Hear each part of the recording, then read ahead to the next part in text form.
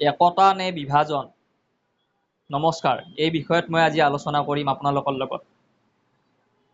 বিভিন্ন সময়ত বিভিন্ন সামাজিক মাধ্যমত দেখিবলৈ পোৱা যায় যে ভাৰতৰ বিভিন্ন জাতি জনগোষ্ঠীক লৈ বিভিন্ন আলাপ আলোচনা হোৱাৰ মাজতো বিভিন্ন সমস্যা দেখা পোৱা যায়। সেইবাবে মই বহুবাৰ ভিডিঅ' বনাইছিলোঁ আৰু আজিও আকৌ এবাৰ বনাব লগা হ'ল। কালি যিটো ঘটনা বিটিআৰত হ'ল, খুব দুখ লগা, অসহ্যকৰ। মই বহুবাৰ আগতে কৈছিলোঁ, কোনো জাতি বা কোনো ধৰ্ম, প্ৰথমে মই জাতিৰ ফালেই আহোঁ, কোনো জাতিক তলত পেলাই বা পিছ পেলাই কোনো এটা জাতিয়ে আগবাঢ়ি যাব নোৱাৰে। সেইবাবে এইবিলাকৰ ওপৰত এতিয়া আলোচনা বিলোচনা ভালকৈ কৰিব লাগে সকলোৱে মিলি। কিমান আৰু বিভাজন হ'ব, কিমান আৰু বিভাজন কৰিব। বিভিন্ন সময়ত বিভিন্নতা দিশত ভাৰতৰ বিভিন্ন মানুহে বিভাজন হৈ আহিছে। সেইবাবে এতিয়া আৰু বিভাজনৰ সময় নহয়, এতিয়া একতা কৰিব লাগে। একতা হ'লেহে সকলো একত্ৰিত হ'ব, হ'লে দেশখন উন্নতি হ'ব। কালি যিটো ঘটনা বিটিআৰত হৈছিল, মানে আখৰক লৈ, সেই ঘটনাটো আচলতে কোনো ভাষা, কোনো জাতি কাৰো লগতে হ'ব নালাগে। ভাৰতৰ কোনো মানুহৰে লগত হ'ব নালাগে। আজি কোনো এটা জাতিয়ে যদি কয় মই ওপৰত, কোনো এটা জাতিৰ তলত, সেইটো আজিৰ তাৰিখত অন্ততঃ শোভা নাপায়। সেইবাবে মই সকলো ভাৰতৰ নাগৰিক, সকলো ভাৰতৰ জনসাধাৰণক এইটোৱে মই আহ্বান কৰিম যে আপোনালোকে একত্ৰিত হ'বলৈ শিকক। একত্ৰিত হ'লেহে দেশখন আগুৱাই লৈ যাব। আপুনি চিন্তা কৰক যে যদি আমি জাতি, ভাষা, ধৰ্ম এইবিলাকৰ ওপৰত যদি আমি নিৰ্ভৰশীল কৰি আমি যদি দেশখন চলাই লৈ যাওঁ, তেতিয়াহ'লে আমি কোনো দিনেই আগবাঢ়ি যাব নোৱাৰিম। কৰ্ম কৰিব লাগিব, আৱিষ্কাৰ কৰিব লাগিব। তাৰ মাজত জাতি ধৰ্ম লাগিব, এই কথাটো সত্য। কিন্তু বিভিন্ন সময়ত বিভিন্নতা সমাজে এনেকৈ যদি চিন্তা চৰ্চা কৰি থাকে, তেতিয়াহ'লে ভাল দেখা নাযায়। সেইদিনাখন তামিলনাডুতো দেখিছিলোঁ, তাতেও আখৰক লৈ অলপ কিবা এটা হুলস্থুলীয়া পৰিৱেশ এটা হৈছিল। কিয় হ'ব পালে? আজি আপুনি যদি ভাৰতৰ ভূমিতেই যদি থাকি আপুনি ৰাজ্যৰ কথা যদি আপুনি কয় যে মই অমুক ৰাজ্যৰ, আৰু ভাৰতৰ মানুহখিনি যেতিয়া বেলেগ এটা দেশত যায়, তেতিয়াহে তেওঁলোকে কয় যে মই ভাৰতৰ। কথাটো আপোনালোকে গুৰুত্ব সহকাৰে শুনিব। কাৰণ আহিব লগা দিনসমূহত আকৌ নহ'লে নৱপ্ৰজন্মই আহিব লগা দিনসমূহ আকৌ বেলেগ ধৰণে দেখিবলৈ পাব। সকলোৱে একত্ৰিত হ'লেই ভাল।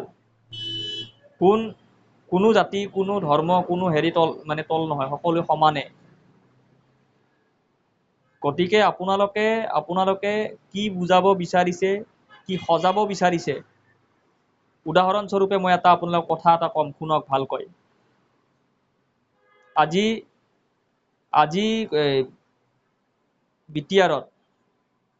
বিটিআৰত অসমীয়া ভাষাটো আজি মুছি পেলালে, খুব দুখজনক।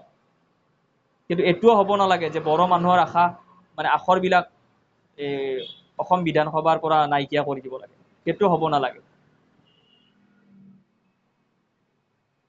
বিনেশ্বৰ বৰ্ম ডাঙৰীয়াই আখৰৰ কাৰণে নিজৰ জীৱন বলিদান দিছিল। এই কথাবিলাকো সকলো জনসাধাৰণে মনত ৰখা উচিত।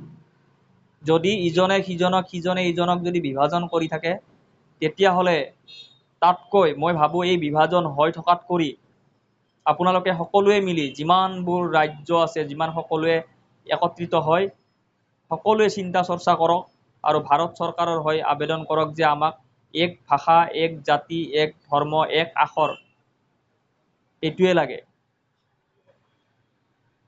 সকলোৱে একতা হৈ যদি থাকিব নোৱাৰে তেতিয়ালৈকে আপোনালোকে এক ভাষা, এক জাতি, এক আখৰ সেইটোৱে কৰক। সেইটো কৰিলেই ভাল হ'ব। যদি আপোনালোকে সেইটো নকৰে তেতিয়াহ'লে এনেই বেকাৰ মানে আজি তাতে কালি তাতে নিজৰ ৰাজনীতিক মুনাফাৰ বাবে যদি সেইবিলাক যদি কৰি থাকে তেতিয়াহ'লে কিন্তু ভাল মানে দেশখন বা ৰাজ্যখন কিন্তু আগবাঢ়ি নাযায়। আজি বিভিন্ন ক্ষেত্ৰত আপোনালোকে চাওক যে জাতি ধৰ্ম ৰাজনীতিক কৰি বা ভাষাক লৈ ৰাজনীতিক কৰি কোনো এজন ব্যক্তি বা এক শ্ৰেণীৰ মানুহে উন্নতিকৰণ হৈছে, বহু সংখ্যক লোকে কিন্তু হোৱা নাই। যদি বহু সংখ্যক লোকে যদি উন্নতিকৰণ হ'ব লগা হ'ল হয় তেতিয়াহ'লে চৰকাৰী আঁচনি বা চৰকাৰী ঘৰ বা চৰকাৰী চাউল দাইলৰ কাৰণে কিন্তু অপেক্ষা কৰিব নালাগিল হয়। এই কথাবিলাক কিন্তু মনত ৰাখিব। কোনো ধৰণৰ উন্নতি কিন্তু হৈছে যদিও হোৱা নাই। সকলোৱে আশাত ৰৈ আছে ভাল দিনৰ বাবে।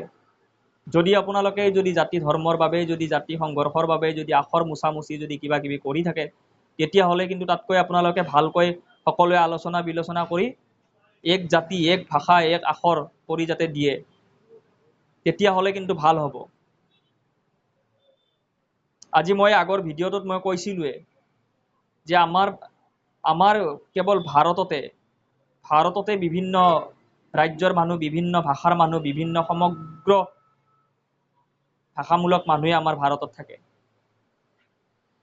কিন্তু একতা নহ'লেও একতা সকলোৱে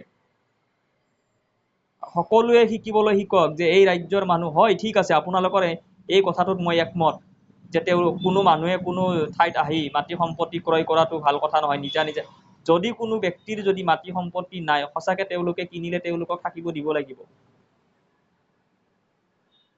আৰু এটা কথা যে মাটি সম্পত্তিৰ কথাটো হ'ল যে সঁচাকৈ কোনো চৰকাৰে মাটি সম্পত্তি বিক্ৰী কৰি যাতে ধনী হ'ব নালাগে।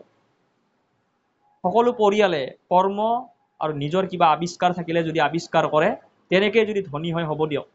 মাটি বিক্ৰী কৰিয়ে 1 কোটি 2 কোটি টকা লৈ যদি তেওঁলোকে যদি ধনী হ'ব, টকা পইচাৰ আৰামত থাকিব বিচাৰে, সেই হেৰিটো কিন্তু ধনী নহয়।